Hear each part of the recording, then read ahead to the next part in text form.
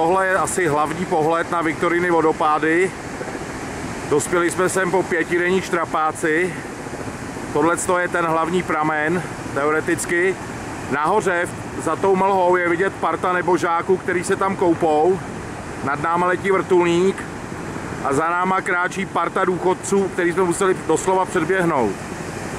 Takže vidíte, že pohled je to monumentální a stálo za to se sem podívat. Každopádně Křémovi přeju, aby po delší přípravě byl první, kdo tady ten pramen na kajaku sjede. Ještě se otočíme doleva, tam je vidět krásná duha. Já si nejsem jistý, jestli je vidět v tom záběru, ale zřejmě ano, já tady co si vidím, ale je tady taková mlha relativní, že si nejsem úplně jistý, co na té obrazovce vidím tady. Nicméně skončíme to takhle hezky záběrem na ten hlavní pramen a za chvíli budeme vyrážet dál směrem na Okavango deltu a do Namíbie.